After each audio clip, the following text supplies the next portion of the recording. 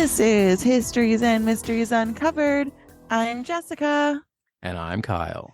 And on this week's episode, Kyle is going to be telling us the really wild story of Ruby Franke. And if anybody knows or exists on the internet, they know that this is a huge thing right now. So we're just going to focus on that today, as opposed to doing two parts, because it is a long, wild ride. Can't wait. So, without further ado, do you want to get started? Yeah, let's go. Okay. Just kidding. I'm back. Yes. And the Ruby Franke story is my story that I'm going to be telling you guys now that I'm back. But Kyle, thank you so much for holding down the fort with Jessica while I was gone. Really appreciate it. You got a great podcast voice. Oh, thanks. I'm glad nobody got mad at me. I think everybody really liked you. Oh, that's good. You have a very nice voice. You do. Oh, thank you. You do. Even though you have a really thick Canadian accent. Yeah, I know. That's okay. I still don't hear it. That's because you're Canadian. Yeah, I was going to say you're Canadian. What? How course you? Yeah, but I feel like if you have an accent, I would have an accent. No? No, you don't. Accent, though. I don't? You don't have? Oh, you're not Canadian. Apparently not. Apparently I'm an alien. I believe it. Well, thank you, Kyle. You were great. Well, thank you, and good luck. Welcome back, Ashley. It's good to have you back. Thank you. Yeah. And thank you. I can start listening to the podcast again. Yeah. Bye. We'll let Kyle get back to his Thursday night routine. So, as many of you may know from following our Instagram, I had a little whoopsie. It wasn't really a whoopsie. So I have diverticulitis and I ended up having a perforation and had to go in for some emergency surgery. And they removed part of my colon and have a nice old colostomy bag until probably mid-December when they'll reverse it. So that's what I've been doing. Yeah. And all I've been doing is just crying. You're so sweet. Yeah, I didn't realize how dangerous it was until my friend's mom, who was a nurse, said something about I was lucky to basically be alive. And I was like, what? What?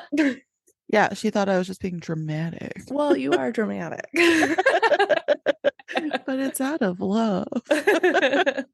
Yeah. So, and I was supposed to go surprise Jessica for her 30th birthday. I had my plane tickets bought and everything. Kyle reached out to me, her husband, and we were going to surprise her. And then that was the weekend right after my surgery, I think. Yeah. So I wasn't able to do that. Yeah, it was really sad. I was very excited. Yeah, that would have been really fun. It was a really, really good time. Good. I'm glad. Yeah. So happy to have you back. Yeah, I'm happy We've to be missed back. you. Not that Kyle isn't great, but Kyle did a great job. He really did. He really took one for the team. He did. And I'm finally out of tremendous amounts of pain. So I was like, let's do this, because I'm going stir crazy because I'm not really allowed to go anywhere in the car. I can't drive. I can't pick up more than 10 pounds. And so I was just going stir crazy. So why can't you go in the car if you can sit? Is it because of bumps? I can go in the car. So I go to my doctor's appointments and I've gone to stores and stuff, but it's really draining. And if I go too long, I get in a lot of pain from it. So, but I can't drive. And I think that they would prefer me not to be in the car because if I got in an accident, I think I would just split right open. You know what I mean? Because nothing's super healed. Yeah, I think it'd be real gross.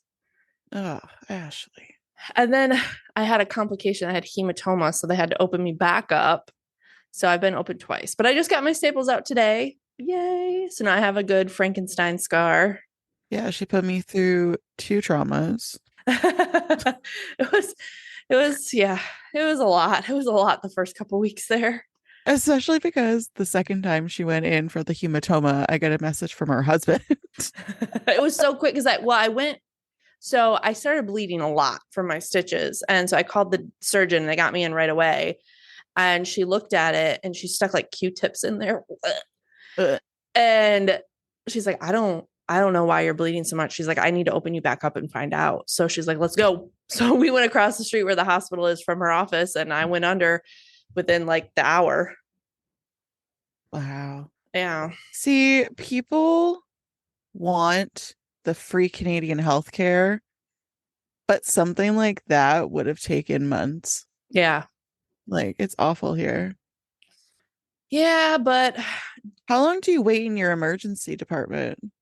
it's usually a really long time. Thankfully, so like if you're going to like a regular, What's a really long time for you? like probably like I don't know what let's Google what the average wait time is for the American ER. Okay. So for us, it's upwards of 5 hours or more.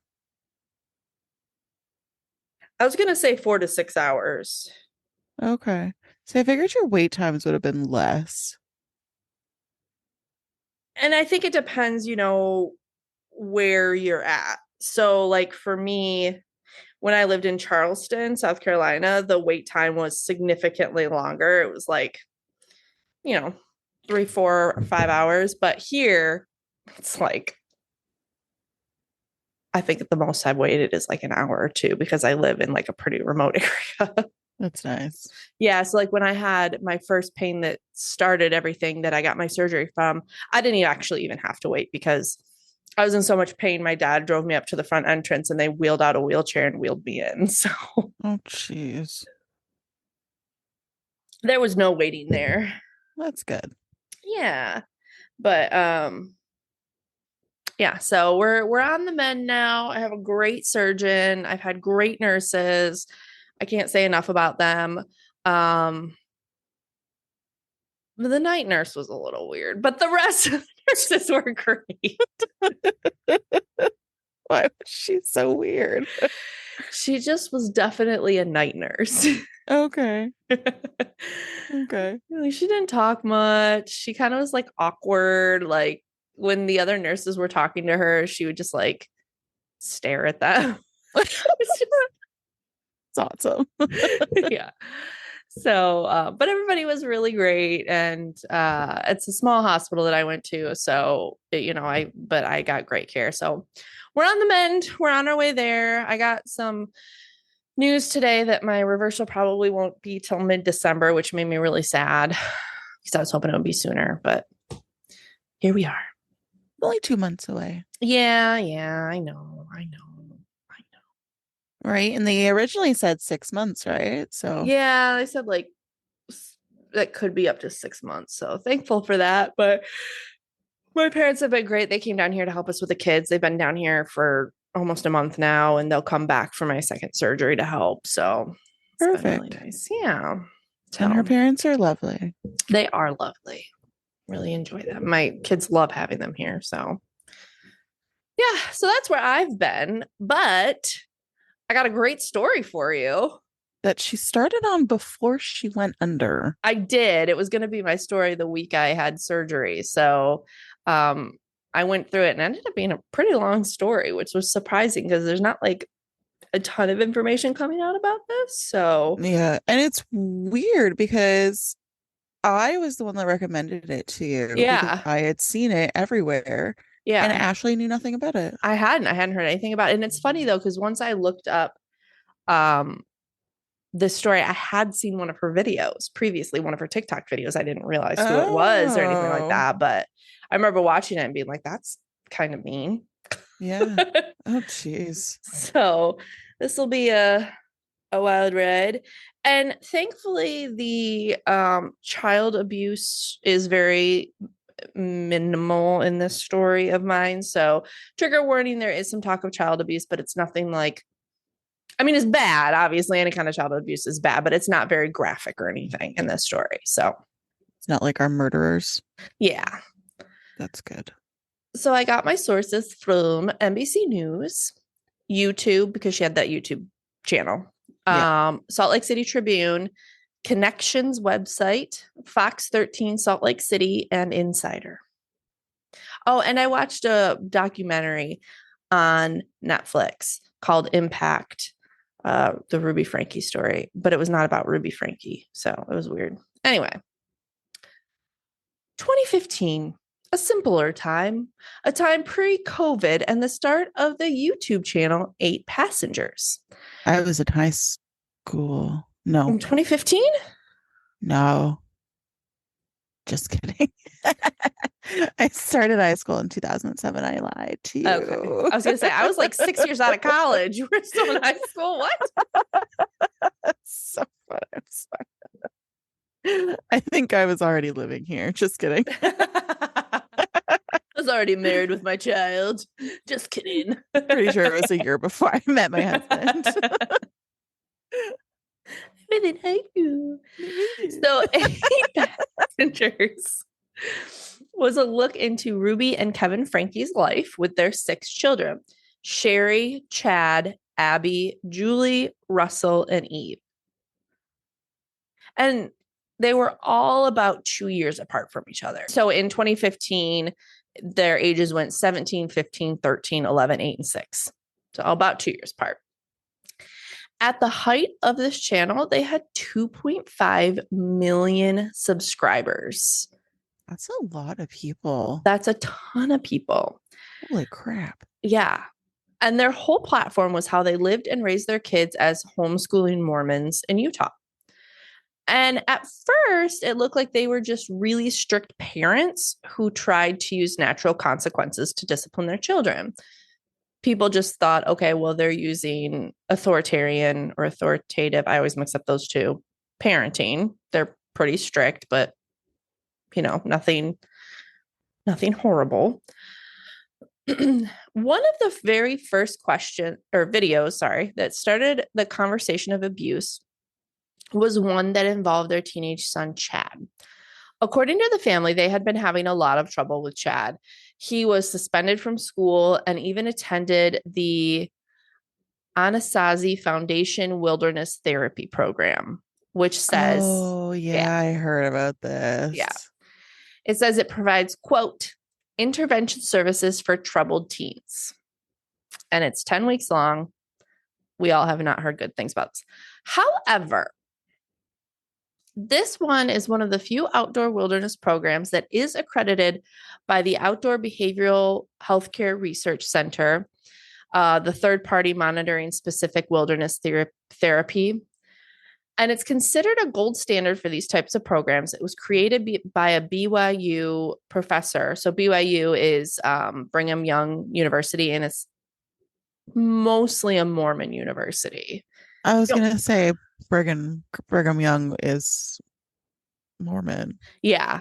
I don't think you necessarily have to be Mormon to go there, but I think like the majority of them are Mormon. Yeah. And so he started this movement of this wilderness therapy, and this program was started by one of his students. From what I've read, it didn't seem to be as abusive or horrible as other wilderness programs.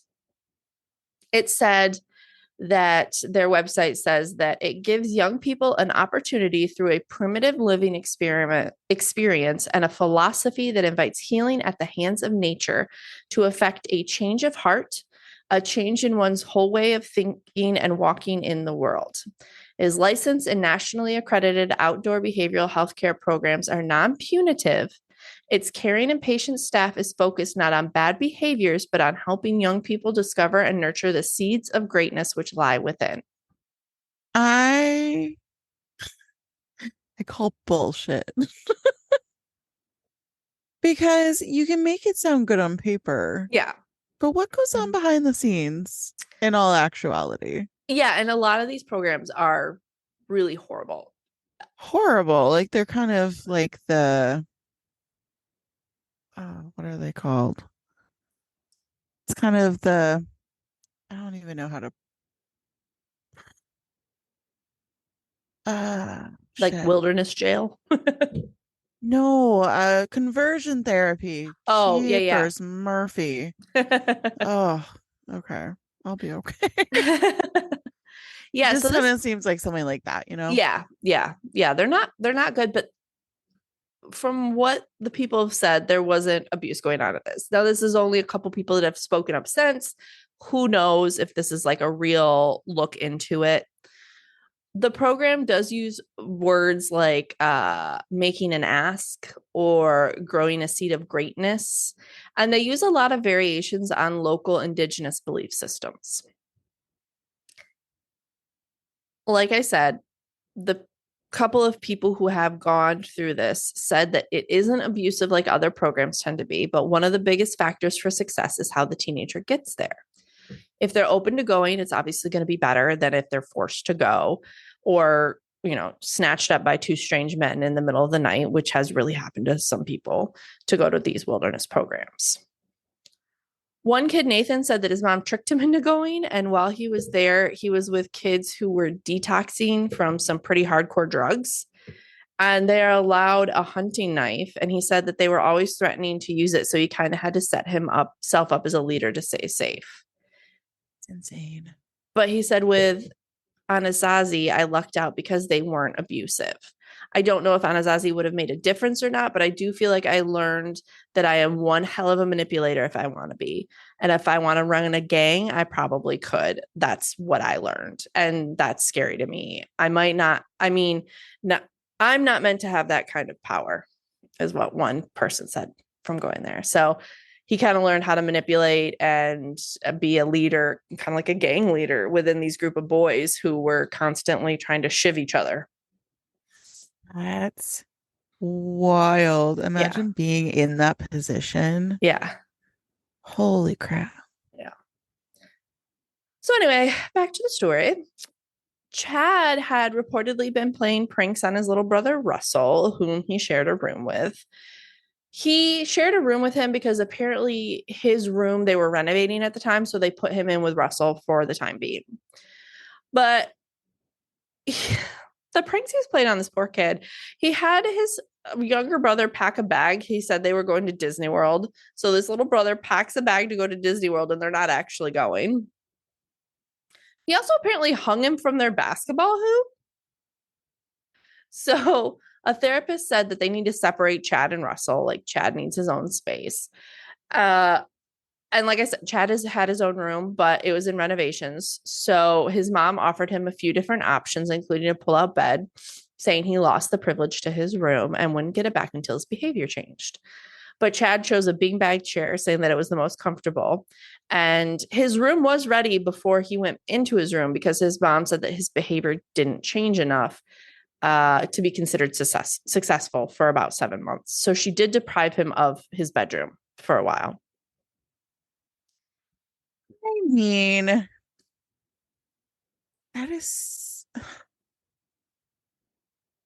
It's not something I would do, but it's not something that I would necessarily jump to abuse. I mean... Is that bad to say? I don't know. I don't think it's abuse per se, but I don't think it's right. Yeah, because kids need their own space. He's an older teenage boy. Yeah. He needs his own space. Yeah. He needs a bed. He needs a place where he can go to just be by himself. And get away from his younger siblings and just kind of decompress. And I feel like the point where it becomes abuse is the fact that you're supposed to provide shelter for your children. You're supposed to provide them space. And it's not like that space wasn't accessible to him. I just feel like you shouldn't be using common needs as a punishment. Oh, I agree with that 100%. Yes. Right? Yeah. So, and especially with what she does later on. Yeah. It definitely escalates. Not good. Yeah. Yeah. Well, and when this first came out, the only thing the viewers saw was that Chad was forced to sleep on a beanbag for 7 months. So people kind of jumped out at that point too. A bit later, she posted a TikTok video, and I have the transcript here, so I'm going to read it really quick. And this is the TikTok actually that I saw that I was talking about when I realized it was her. So she says, this is Ruby. I just got a text message from Eve's teacher, and she said that Eve did not pack a lunch today, and can I bring a lunch over to school? This happens quite often when you're having or raising children, because I know that their teacher is uncomfortable with her being hungry and not having lunch, and it would ease her discomfort if I came to the school with lunch. But I responded and just said, Eve is responsible for making her lunches in the morning. And she actually told me that she did pack a lunch. So the natural outcome is that she's just going to need to be hungry. And hopefully nobody gives her food and nobody steps in and gives her lunch. She was 6. I know.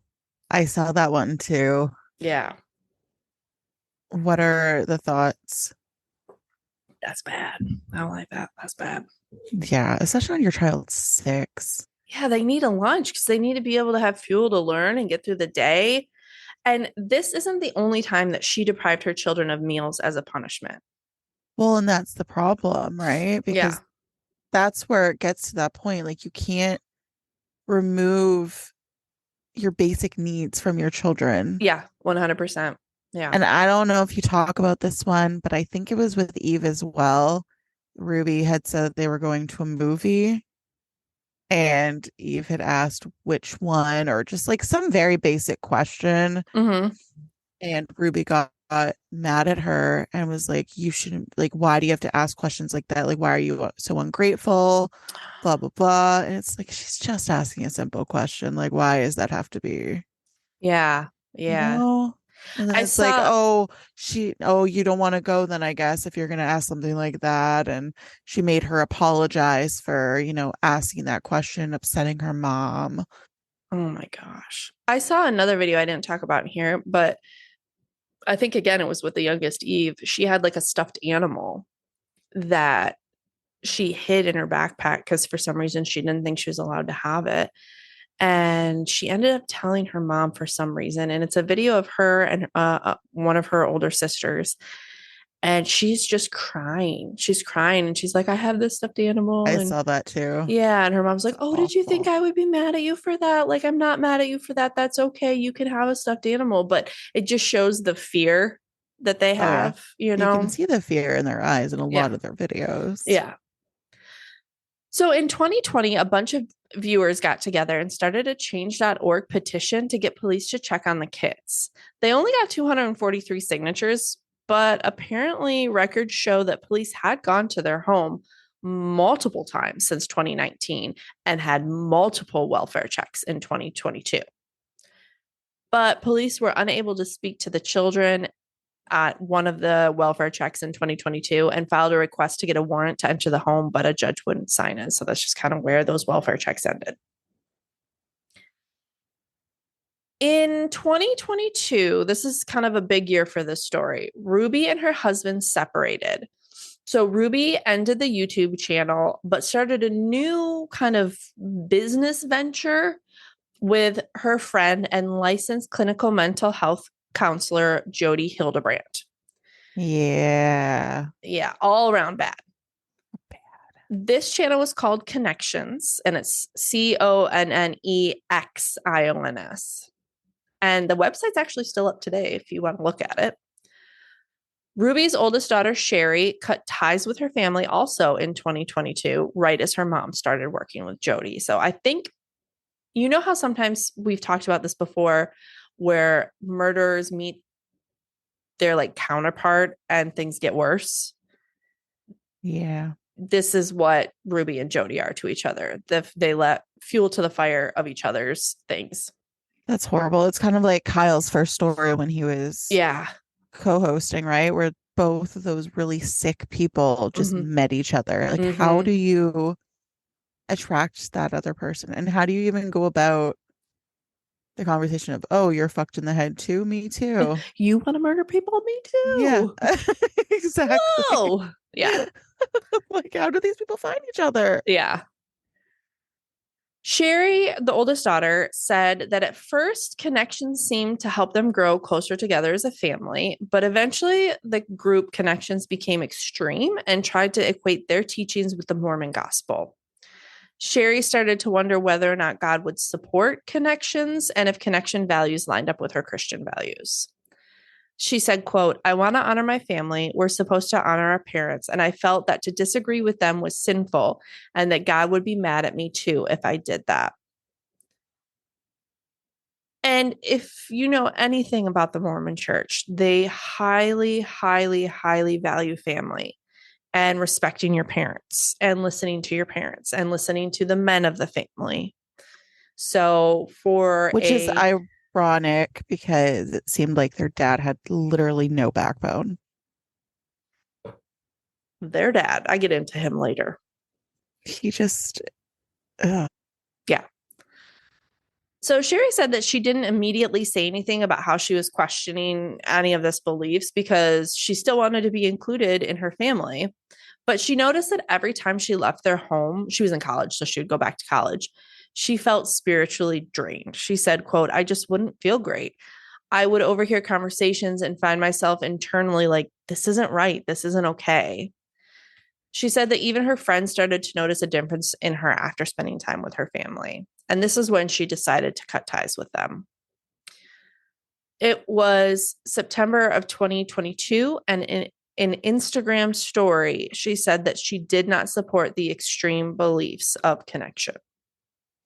And she's got a pretty big presence as well on YouTube and Instagram. So I think that was kind of a big step out for her. And you can tell, we'll go into it a little bit more, but I think when she did this, they really turned the rest of the family against her, which is really sad. So let's talk a little bit about connections. Their kind of tagline is create joy in your life and relationships. Learn to successfully navigate life with Jody Hildebrand, MS. And Ruby has a profile on the Connections website.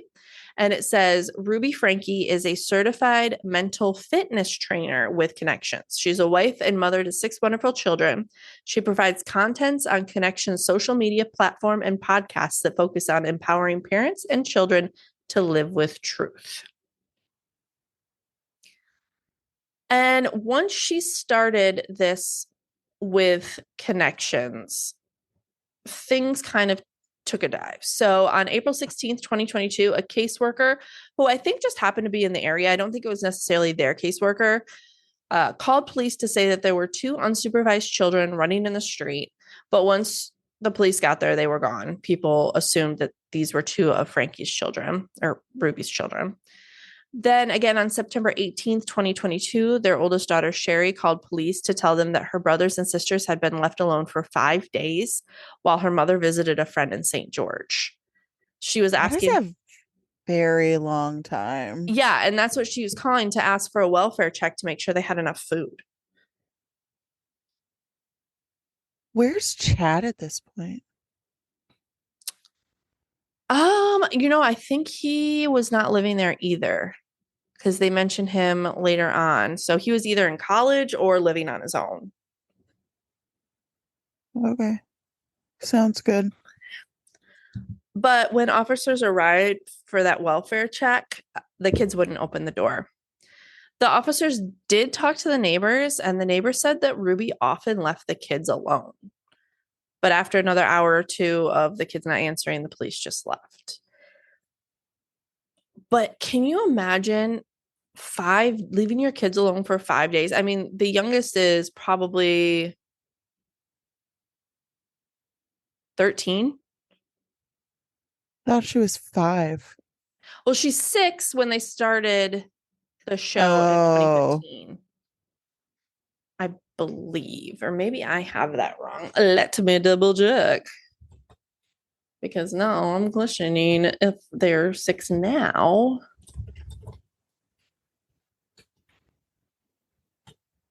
Or if they were 6 then. Okay, so now Eve is 9. Let me see what year this was put out. And the dad's just like not in the picture. Yeah, and I'll talk a little bit about that why. So at this point, sorry. So does he get anything out of this?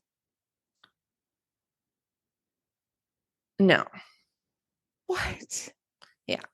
So at this state, Sherry is 20, Chad is 18, Abby is 16, Julie is 14, Russell is 12, and Eve is 9. So that's how old they are now at this 2022 mark. And we'll go, like I said, we'll go into Kevin, the dad, in a bit. After the police went kind of sniffing around. After that, all the blinds in Ruby's house were always closed and there was paper placed over the windows, which is creepy. That doesn't seem suspicious at all. Yeah. A neighbor called DCFS twice in 2022, worried about Ruby's children being left alone for long periods of time. She said, quote, she or he said, quote, I was looking for like, what are the rules here? But Utah has a law called free range parenting, which basically states that a child whose basic needs are met and who is of sufficient age and maturity can engage in independent activities without it being considered neglect. Why would they have a law like that? I don't know. And the scary part about it is that they don't specify what sufficient age and maturity is. So the neighbor said that she was worried that the children were not being properly fed, but the DCFS agent said that unless the children left alone were hurt, they couldn't necessarily intervene. So let's talk a little bit about Ruby's partner, Jody, who's a whole basket case herself. Oh, yeah. Just like you said, two crazy people meeting. Yes. So Jody was the top recommended mental health counselor by the Mormon Church for 15 to 20 some years. So she was very well respected within the Mormon Church. But apparently back in 2012, Jody was put on 18 months of probation for discussing a patient with the church leaders. She said that he had some, quote, serious problems, but never actually diagnosed him with anything. And everyone knows you cannot discuss patients with people unless they sign a waiver. But because she did and said that he had serious problems, he was kicked out of college because, again, this was the Mormon college, BYU. He was kicked out of his church, which, as you know, we've talked about many times, the Mormon church is basically your community. It's not just like, you know, a church you go to on Sundays and call it a day. It's your community. So he's kicked out of his church. And he was interviewed in that documentary I watched, and he said that she basically ruined his life. He was kicked out of college, kicked out of church, and he had to start over. Thankfully, he did. He's married with 3 kids, so that's good. See, that's nice. That is nice. But so she's already showing very questionable behavior. But Utah law says that websites with public access to professionals' disciplinary records have to be removed after 10 years. So by 2022, that disciplinary action had dropped off her. That's unfortunate. Yeah, files. That's what I was looking for. She also has some pretty awful therapy practices. And I'm going to use the word nibbling. I looked it up. It is the non-gender word for niece or nephew. So I thought she nibbled on people. No. I'm going to talk about Jody's nibbling, who is non-binary. Jessie is their name, and Jessie is very female presenting. So if I say she, I apologize. I'm really trying to say they. So Jessie told their story in the documentary. Jody's nibbling Jessie, who uses they, them pronouns, said that they grew up in a strict Mormon family. They had a pretty happy young life. And then at about 15 or 16, they started to question authority, which what teenager doesn't at that age. They said it wasn't coming from a place of not believing in the church. It was just a curiosity and trying to make things make sense in their head. They started to rebel, fighting with their parents and sneaking out. They said that one day they all went to a family gathering and apparently spent the night, or they fell asleep or something. And Jessie said they woke up to a knock on the door, and it was Jody and their grandma and grandpa, and said that their family had left and they weren't going with them and that their life was going to change. What? Yeah. So Jessie's family basically left them with Jody, just like left. Jesse said at first they were open to getting help because they were questioning all these things. But Jody took it too far. They said that Jody first stripped them of their identity. Jody made them cut their hair. They weren't allowed to wear makeup or wear clothes or even go to school. They said then it got really abusive. Jody made them sleep out in the snow. Jesse said that Jody duct taped them. They weren't allowed to speak to anyone and always had an external reminder that they were a liar. How is that even allowed? Gets worse. Ugh. Jody was convinced that Jesse had had abortions. They weren't even allowed to use tampons because Jody thought that they were masturbating with them. How? Yeah, is How that do you do awful? that?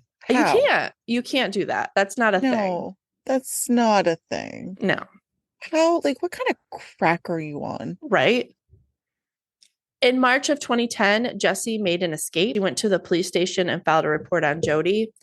They sent Jesse to a teen home, but after one day, they were back with Jody. And I'm unsure if that was them being like, this teen home is awful. I'm going to go try my chances with Jody, or if that was Jody getting. I'm unsure. I tried to find that, but there wasn't anywhere. But they did say that then the abuse got worse. About a year later, Jody went to work and Jesse grabbed a jacket and started running, and they made it out. Good for you, Jesse. Yeah. Thank goodness. Yeah. And in the documentary, they seem to be doing well. They are really into music. They write and sing their own music. They've got a beautiful voice and they have their own apartment. So it seems like they're doing relatively well. Jesse said that they believe that while it was Ruby's kids, all of the modalities and parental ideas came from Jody. Apparently, Jody was also Ruby and Kevin's couple counselor, and Kevin believes that Jody tore their family apart. So Jody's not getting great stars as a therapist here. Honestly, I find that from semi-personal, distantly personal experience, that you should not use a therapist from your church. Yeah. It never ends well because even though they're supposed to be impartial, they know who you are. Mm-hmm. They're not going to remain impartial for They're very human, long. right? Like, yeah. So this all brings us to August of 2023, when one of Ruby's children escaped from Jody's home. They were at Jody's home at this point and ran to a neighbor. And here's the 911 call. 911, the address of your emergency and the phone number from you're calling from. Tell me exactly what's happened. Caller, I just had a 12-year-old boy show up here at my front door asking for help. And he said he had just come from a neighbor's house. And we know there's been problems at this neighbor's house. He's emaciated. He's got tape around his legs. He's hungry and he's thirsty. 911. Okay, is your door locked? Caller. No, I'm sitting outside with him on the front patio. 911. Okay. Caller. They asked us to call the police. So he's very afraid. He's 12 years old. 911. And can you ask him his date of birth? Caller. Can you tell me your birthday? 911. And are the neighbors out of their home, or is anybody looking for him that you can see? Caller. No, homes are far enough away. And then in the background, he's talking to Russell. He said, how did you get out of the house? He said he just left through the porch at the neighbor's house. Her name is Jody, and she lives 2 doors up the street. Yeah, out of the houses are far apart. So he walked just under a block to get to our house. He rang my doorbell and asked me to call the police. 911. Does he seem to be under the influence of drugs or alcohol? Caller, I don't think so, but he's very thirsty. 911. And do you need an ambulance? Caller, I don't think he needs an ambulance. I'll let the cops decide that, but his ankles are taped up and he won't tell us why. Okay. Caller, he has duct tape around each ankle. Yeah, there's sores around him. I think there's a good chance and he has been around his wrists as well. Okay. Caller, the boy and the caller starts crying and he says, I think he's been detained. He's obviously covered in wounds. 911. Okay, let's get the paramedics headed over that way. Oh, that's a good idea too. 911. Has he told you where his mom and dad are? Caller, I haven't asked him. And then you can hear him asking if he knows where his mom is. I'm sure that doesn't matter, son. Do you know where your mom and dad are? And you can hear Russell say, well, actually, I don't know where my mom is, but I do know where my dad is. 911. He says he knows where his mom is, but he doesn't know where his dad is. That's correct. Is his mom home? Caller, he just says he doesn't live around here. Caller asks the child if his mom is around here or if he's seen her lately. Caller, he doesn't know where she is right now. 911. Does he know his mom's name? Caller, what's your mom's name? Ruby Franke? Ruby Franke is his mom's name. And then she asks how he spells it and if he lives in the area. 911. We don't want to stress him out too much. The officers will go over all of these questions with him anyway. I just want to stay on the phone with you until we get some help there, okay? Can you ask him if any other children were in the home that he came from? Caller asks if there's any other kids up at Jody's house, and you can hear him talking. 911. And they're still at this house, right? Are they tied up as well? Caller asks if other children are being held and do they have the wounds on them as well? Caller. So they're able to walk around the house and everything. He says everything's fine with them. He says what's happened to him is his fault. Oh, that gives me chills. 911, they're coming to you as quick as they can. Caller, he's fine. I got him sitting here and my wife, we got him water and given him something to eat because he's hungry and he's here in his stocking feet. He escaped. 911. Well, I'm glad that he was able to make it to where he could be safe. They should be pulling up. Let me know when they're with you. And then they're asking, if Jody is there now, and they say yes, she's in the home, so she might come looking for him soon. And the caller says, yeah, she's a bad lady. We didn't realize how bad.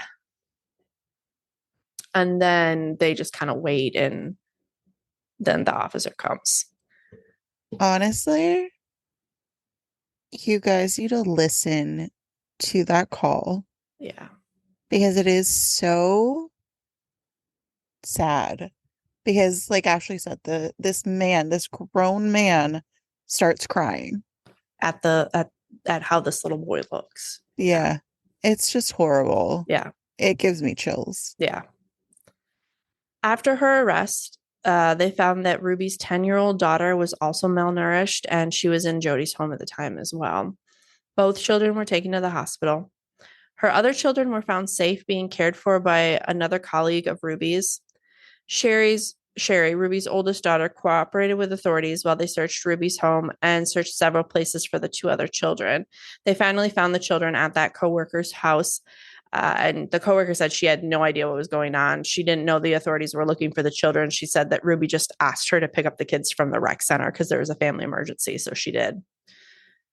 Police told the children that they were going to stay with Sherry, and they didn't want to. And so I think that's part of that brainwashing where after she cut ties, they turned the family against Sherry. It's so sad that they do that to their children and manipulate them into believing that a good person is a bad person. Yeah. And I mean, that they deserve what is happening to them. Yeah. And that's what kind of made me feel like it was more manipulation than like Sherry's just mean to them. I feel like it's more manipulation because of how manipulated they were with the abuse, So police told the children that said, well, you either have to go to Sherry's or you have to go to foster care. So I believe they went to Sherry's. When this is very telling.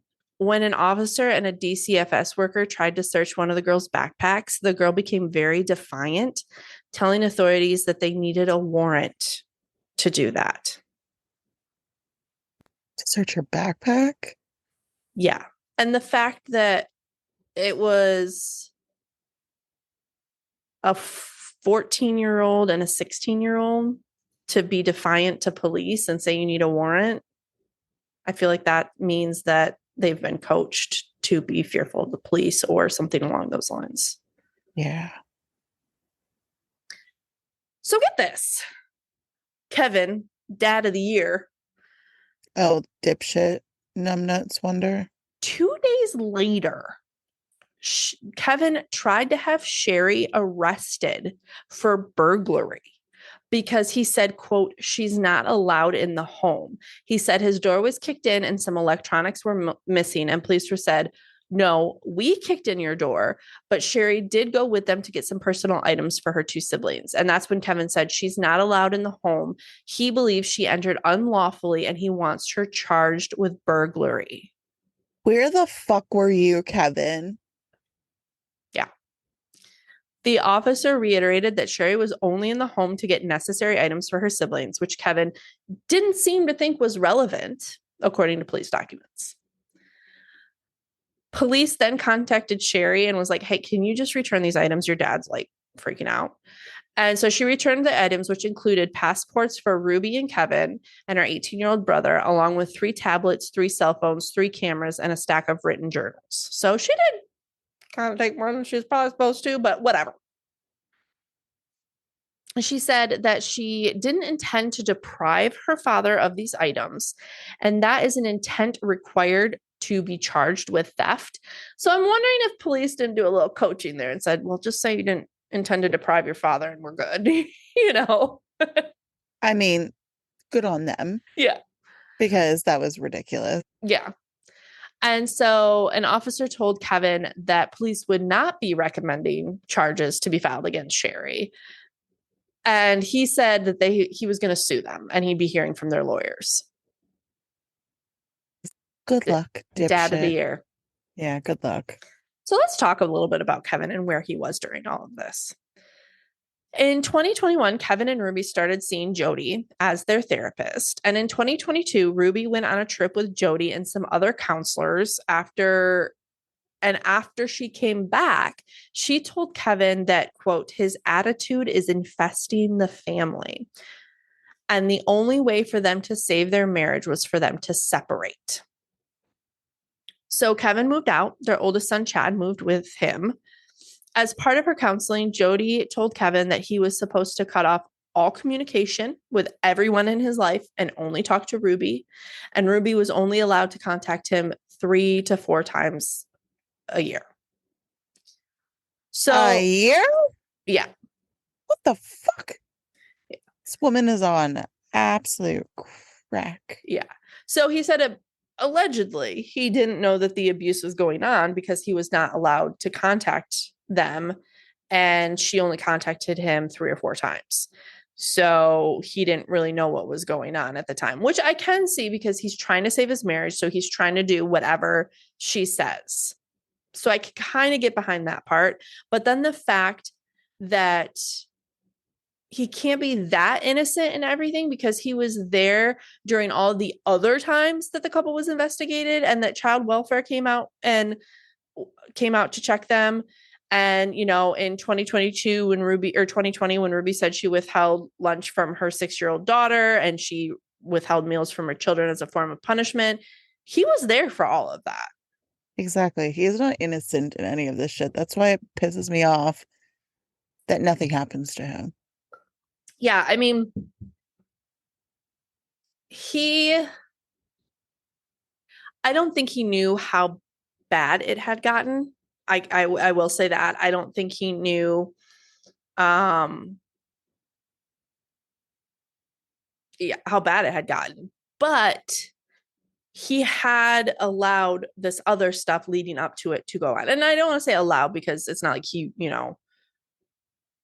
rules Ruby, but he was there for it. He allowed it to happen to his children. He allowed the house to be run that way. He allowed Ruby to kind of take control of the parenting of the children. He then tried to get his daughter arrested for burglary, when she was just trying to help her siblings. So, yeah.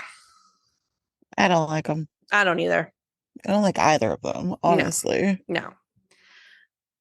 So Ruby and Jody were accused of, quote, causing or permitting serious injury to Franke's 2 children who were hospitalized.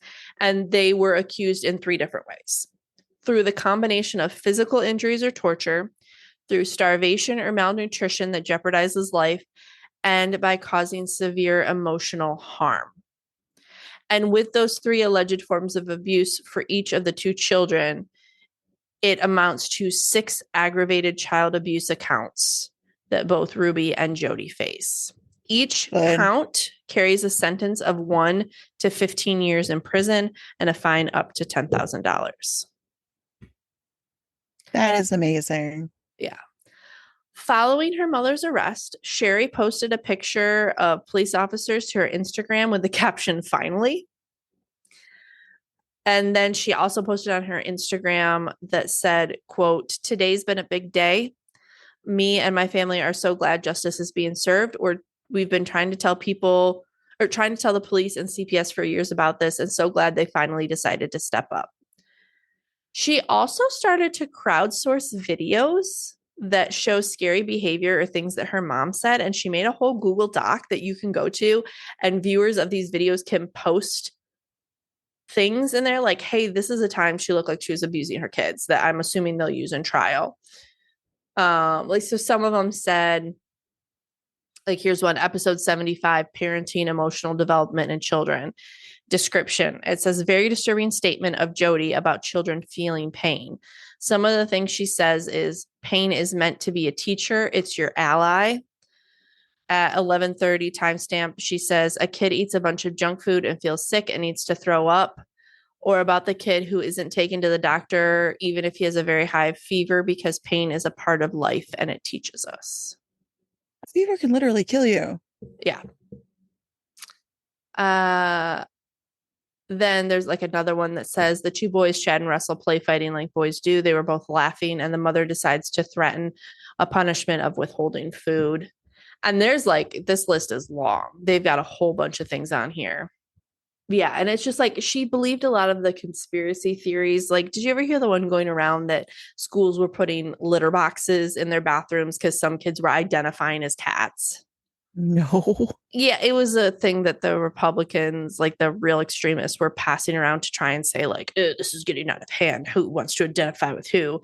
And she believed it. She said, she commented on, someone said, your body, your choice, wear what makes you feel good. And she said, Bonnie, this response is exactly how we ended up with litter boxes in the bathroom stalls in the 7th grade locker rooms. Where is the truth? Who said that? Sherry or Ruby? Ruby. Oh, okay. And then there's another video someone posted where Ruby admits to neglecting Julie as a baby. So just there's a whole bunch of things. I'm sure they're going to use these in court. Well, and there's even videos of her from their YouTube channel where she's saying that, she gets really angry and the kids are only behaving a certain way because they know how angry she can get. And Ugh. Both women were held without bail. And a search warrant records show that her 12-year-old son, the one who escaped, had wounds under the duct tapes on his wrist and ankles. And the boy said that Ruby and Jody used cayenne pepper and honey that they would rub in the wounds. He said to treat the wounds, but it obviously cayenne pepper and honey does not treat wounds. From Jody's house, they found 2 pairs of handcuffs, a bowl with red liquid, they never said what it was, with a metal spoon inside, tape, saran wrap, and at least 3 ropes and absorbent dressings and bandages. So they were really torturing these kids, and they had like bandages ready to help them. They were supposed to have a status review hearing on September 18th, but it was postponed until October 5th. And from what I have searched, it has not happened yet. But both women, like I said, are being held without bail, and they face, what is 15 times 6? a lot. 90 years in prison. That's amazing. Yeah. So hopefully the trial, everything runs smoothly. We'll keep you updated as we get more, but this is obviously, trials take forever. So this will be long going, I'm sure, into next year. But hopefully everything will run smoothly, and those kids will get the justice and hopefully get therapy that they need, and, be unbrainwashed and unmanipulated by this woman. That is crazy. Yeah. And I do know that their dad is filing for a petition to get them back. I hope he doesn't, but we'll see. Oh, Yeah. So that is the story of Ruby Franke. welcome back. Thanks. I am so glad to be back. I have some jokes. I just spilled water all over my face. Tell me jokes. Okay.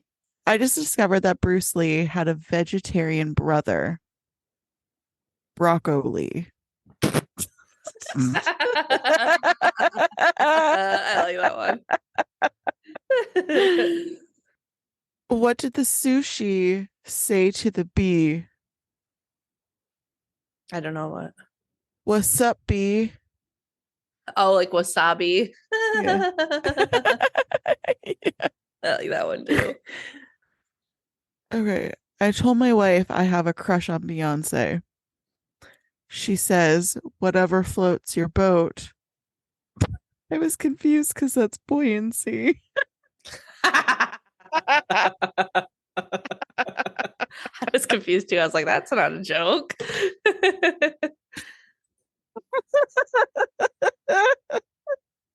Okay, I have another one. Okay. My wife's upset that I never buy her flowers. To be honest, I never knew she sold flowers. Stupid.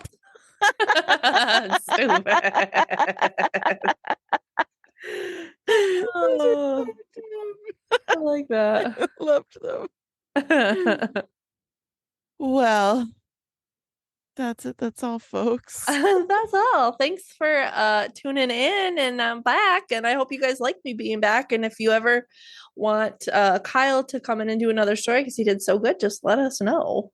Yeah, I'm sure he'll be happy to help. Yeah, well, and he might have to help for my second surgery for a little bit too, if he's willing to. So we'll see. Okay. Thanks for tuning in, and we look forward to bringing you 2 new stories next week. Oh, we didn't plug any of our social media. No, you didn't.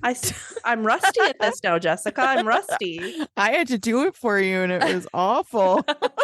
Well, if you want more of us lovely ladies, you can find us on TikTok, Instagram, Facebook, Patreon, and YouTube. And you can also rate and review us on Spotify and Apple Podcasts. Thanks for tuning in, and I look forward to we look forward to bringing you 2 new stories next week. Bye.